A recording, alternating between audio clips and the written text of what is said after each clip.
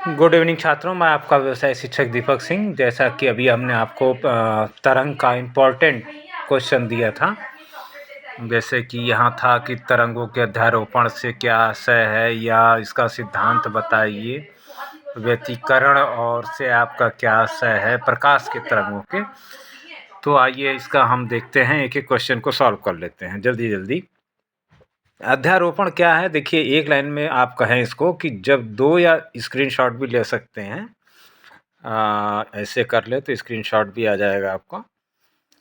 तो एक या जब दो या दो से अधिक प्रगामी तरंग किसी माध्यम में एक साथ लेकिन एक दूसरे के विपरीत बिना प्रभावित किए गति से चलती हैं, तो दो तरंगों का किसी माध्यम में अगर ये चल रही हैं तो माध्यम के प्रत्येक कण का विस्थापन दोनों अलग अलग विस्थापनों के सदिश योग के बराबर होता है। इसी घटना को हम तरंग का सिद्धांत कहते हैं।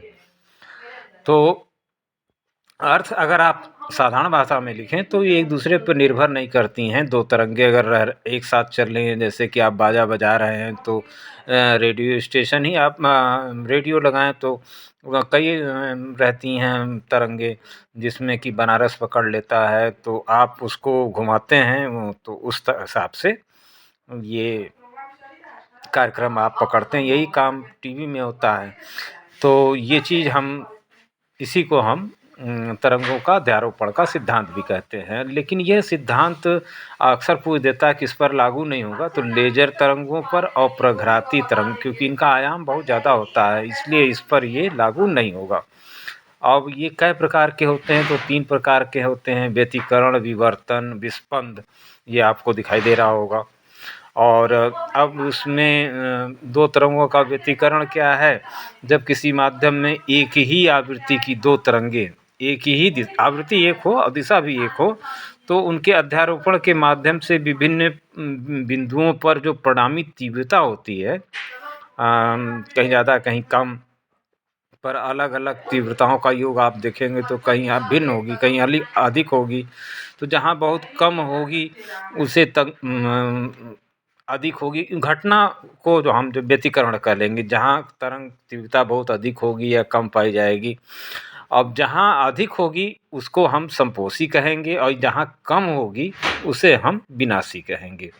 बस इतना ही है परिभाषा में। संपोषी व्यतिकरण के लिए आवश्यक है, शर्त है कि दोनों तरंगों के बीच कालांतर शून्य हो और पथांतर शून्य हो। और विनाशी के लिए दोनों तरंगों के बीच कालांतर या विपरीत कला में होनी चाहिए, और λ/2 का विषम गुणक होना चाहिए, जो इनका पथांतर है। ये हो गया। प्रकाश तरंगों का व्यतिकरण क्या होता है? देखिए, व्यतिकरण यदि समान आवृत्ति समान आयाम के दो प्रकाश तरंगे जो मूलतः एक ही स्रोत से प्राप्त की गई हैं, एक ही दिशा में चलती हैं, तो माध्यम के विभिन्न परिणामी तीव्रता अलग अलग तीव्रताओं के योग से भिन्न होती है। तो माध्यम के कुछ बिंदुओं पर तीव्रता अधिकतम होगी और कुछ बिंदुओं पर एकदम अंधेरा दिखाई देगा। इसी को हम प्रकाश तरंगों का व्यतिकरण कहते हैं। और इसको यंग साहब का प्रयोग, एक सवाल आपको मैंने दिया है इसमें कि यंग का प्रयोग समझाएं, चित्र दें, और या प्रकाश के विवर्तन का एक प्रयोग बताएं। तो देखें यंग साहब ने क्या किया कि एक सोर्स लिया, इसके बाद यहाँ दो सोर्स हुए लाइट के जो कि निकलते हैं इसके अंदर से। तो छिद्रों के बगल से जब लाइट, सर थॉमसन यंग उनका नाम था वैज्ञानिक का, तो इन्होंने जब ये प्रैक्टिकल किया तो देखा कि कुछ जगह पर अदीप्त पट्टियाँ दिखाई देती हैं, इस तरह से चित्र बना के, जहाँ पर अदीप्त मतलब दिखाई नहीं देता और कुछ पर दिखाई देता है, और यहाँ पर प्रकाश तरंगे छिद्रों के आगे मुड़ जाती हैं। तो दो सोर्स हैं, एक यहाँ मेन सोर्स है, तो इस चित्र में आप दिखाया गया। तो ये आपका, यदि समान आवृत्ति समान आयाम की दो प्रकाश तरंगे जो मूलतः एक ही स्रोत से प्राप्त की गई हैं, एक ही दिशा में चलती है, तो माध्यम के विभिन्न बिंदुओं पर परिणामी तीव्रता अलग अलग होती है। तो कहीं अंधेरा होता है, अदीप्ति होती है, और कहीं दीप्त होता है। इन्हीं को प्रकाश का व्यतिकरण कहा गया, और यंग साहब ने इसी को प्रैक्टिकल में दिखाया। फ्रिंज चौड़ाई के लिए का मतलब होता है किसी क्रमागत दीप्त या दो अदीप्त अथवा दो क्रमागत अदीप्त पट्टियों के बीच की दूरी फ्रिंज चौड़ाई कहलाती है। इसको हम W से दिखाते हैं, W capital D lambda upon D। उसके बाद आपसे हमने एक सवाल किया था, ये लगभग इसके प्रकाश के व्यतिकरण की शर्तें क्या हैं। तो शर्तें क्या हैं, दोनों कलाबद्ध होने चाहिए, दोनों स्रोतों से प्राप्त तरंगों की आवृत्ति तरंगदैर्घ्य बराबर होना चाहिए, दोनों तरंगों का आयाम बराबर होना चाहिए, दोनों एक ही दिशा में चलनी चाहिए, ये प्रकाश तरंगों की। और उसके बाद आप सवाल देख लीजिए एक छोटा सा, I1 अपान I2 A1 square upon A2 square, मैंने ये भी सवाल आपको दिया है इम्पोर्टेंट में। तो आपको देखिए सवाल पूछ लेगा दो तीव्रताओं में अगर 25 और 16 का अनुपात है तो I1 बटा I2 25 बटा 16, तो A1 स्क्वायर बटा A2 स्क्वायर इसका करनी हो जाएगा, करनी कर देंगे तो ये 5 बटा 9 आ जाएगा। बहुत छोटा सा सवाल इस तरह का पूछ लेता है इसके अंदर। और अगर अभ्यास देखें तो व्यतिकरण की घटना हो सकती है, सभी तरंगों में होती है। व्यतिकरण इसका मुख्य कारण कालांतर है। इस घटना का होने का कारण दो तरंगों की तीव्रताएं 9, तीव्रता देखिए 9 1 है, तो करड़ी में करेंगे 3 और 1 आएगा, इसमें 3 1 कहीं नहीं दिया इसलिए गलत है, ये 3 1 इसको कर लीजिए।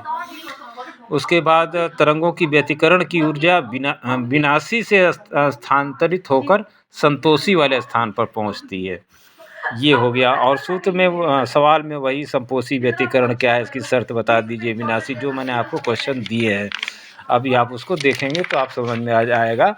और अगला चैप्टर हम विवर्तन कल आपको बता देंगे कि विवर्तन क्या है। ये प्रकाश का देखिए एक तरह से अपने छिद्रों पर, छिद्र में आप कहीं प्रकाश गुजरता है तो उस अपने छिद्र के स्थान से मुड़ जाता है, तो इसी को प्रकाश का विवर्तन कहते हैं। और इसका व्यतिकरण और विवर्तन में क्या अंतर है, देखिए लिखा है, अवरोध अथवा द्वारक के किनारों पर प्रकाश के मुड़ने की घटना प्रकाश का विवर्तन कहलाती है। ये देखिए चित्र है, तो ये मुड़ने की घटना प्रकाश का विवर्तन कहलाती है। तो छिद्रों से मुड़ने की घटना को, ये सीधी नहीं निकल जाती बल्कि कुछ तरंगे मुड़ जाती हैं, ये इसीलिए इसको विवर्तन कहा। ये दो प्रकार के होते हैं, एक फ्रेजनल विवर्तन और एक फ्राउनहोफर, ये भी मैंने आपसे क्वेश्चन में दिया है। उसके बाद इन दोनों में व्यतिकरण और विवर्तन में अंतर क्या है। व्यतिकरण में कलाबद्ध होती है, विवर्तन तरंगाग्र के होता है। विवर्तन में अदीप्त बैंड की तीव्रता शून्य नहीं होती, इसमें बहुत कम होती है। व्यतिकरण के सभी फ्रिंजों की तीव्रता समान होती है और इसकी लगातार घटती रहती है। तो आप इसको भी स्क्रीनशॉट करके ले सकते हैं। दूसरा चैप्टर भी आपका ये यहाँ पर ख़त्म हुआ। इसके अंदर किसी अवरोध की ओर प्रकाश का मुड़ना कहलाता है विवर्तन। प्रकाश तरंगों का किसी अवरोध की ज्यामितीय छाया में मुड़ना विवर्तन। और प्रकाश के विवर्तन का होना प्रकाश की तरंग की प्रकृति की पुष्टि करता है। उसके बाद आपका वही विवर्तन से आप क्या समझते हैं और यंग का प्रयोग बता दीजिए। और इसके बाद एक चैप्टर इसके अंदर और आता है विस्पंद। विस्पंद क्या है, बीट्स, ये मैंने आपको पढ़ाया भी है, आप इसको और पिछले वीडियो में भी कुछ देखते रहिए, कुछ ऐसे भी देखते रहिए। विस्पंद मतलब वही है कि जब दो लगभग बराबर आवृत्ति की तरंगें एक साथ उत्पन्न की जाती हैं तो उनके अध्यारोपण से परिणामी ध्वनि प्राप्त होती है। उसकी तीव्रता एक स्थान पर समय समय पर घटती बढ़ती रहती है, तो इस उतार और चढ़ाव को हम विस्पंद कहते हैं।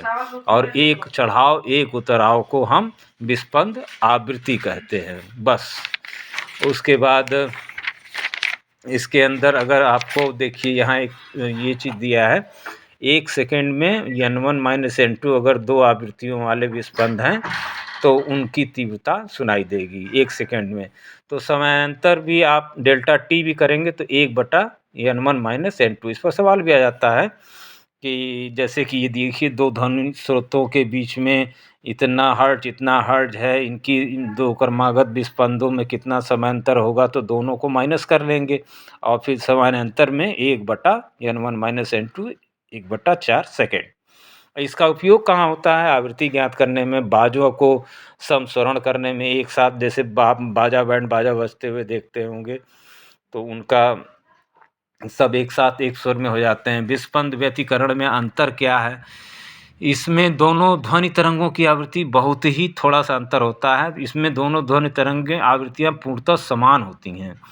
इसमें कालांतर स्थिर रहता है, जबकि इसमें कालांतर बदलता रहता है। माध्यम के प्रत्येक बिंदु पर आयाम समय के साथ बदलता है और इसमें आयाम व्यतिकरण में स्थिर रहता है। 3 कारण आपके हो गए। और इसके अंदर आप अगला और लास्ट चैप्टर इसका होगा अप्राग्रामी तरंग। इसे भी हम लोग ख़त्म कर लेंगे। इसमें मेलोडी का प्रयोग और कुंडली का प्रयोग मैंने आपको दिया है। अप्राग्रामी तरंग की विशेषता वगैरह क्या है, तो आप इसको भी स्क्रीनशॉट ले सकते हैं। अभी तक जो मैंने पढ़ा है उसका आप स्क्रीनशॉट ले सकते हैं। तरंगों का विवर्तन स्क्रीनशॉट आप ले सकते हैं यहाँ पे, और उसके बाद प्रकाश का विवर्तन स्क्रीनशॉट यहाँ भी आप ले सकते हैं, बढ़िया आपको मिल जाएगा। उसके बाद और स्क्रीनशॉट के लायक आपका प्रकाश तरंग की व्यतिकरण की शर्तें, ये भी आप स्क्रीनशॉट में ले सकते हैं। और कई छात्रों का ये पूछना था फ्रिंज की चौड़ाई ये D lambda by small D, ये आप इस तरह से दिखा सकते हैं। इसको स्क्रीनशॉट ले लें। और कुछ लड़कों यंग का प्रयोग फिर से एक बार दिखा देते हैं। कुछ लड़कों ने पूछा कि इसका इंग्लिश वर्जन की बुक आती है, तो इंग्लिश वर्जन की बुक इसकी नहीं आती है। और अभी हिंदी में ही ये 28 साल से तो मैं देख ही रहा हूँ, हिंदी में ही है, इंग्लिश में तो नहीं आई है। और अगर आपको इंग्लिश में देखना है तो सीबीएसई की किताब लीजिए और उसमें आप जो है इसको पा जाएंगे, क्योंकि ये सारे टॉपिक फिजिक्स से रिलेटेड हैं। तो मैं एक छात्र पूछा था हमारे कॉलेज का तो नहीं, कहीं और का, तो बेटा तुम अगर चाहो तो ये फिजिक्स का ही टॉपिक है, तो फिजिक्स के टॉपिक में जैसे कि डिफ्रैक्शन ऑफ वेव, ये आप लेके आप इसको पढ़ सकते हैं फिजिक्स में। और प्रकाश का विवर्तन, मतलब 2 classes of difference of light, तो ये सारी चीज़ें आप इंग्लिश में आपको फिजिक्स की सीबीएसई की किताब में मिल जाएंगी, इंग्लिश में भी। बहुत बहुत धन्यवाद। और अगला हम लोग अप्राग्रामी तरंग पढ़ेंगे इसके बाद।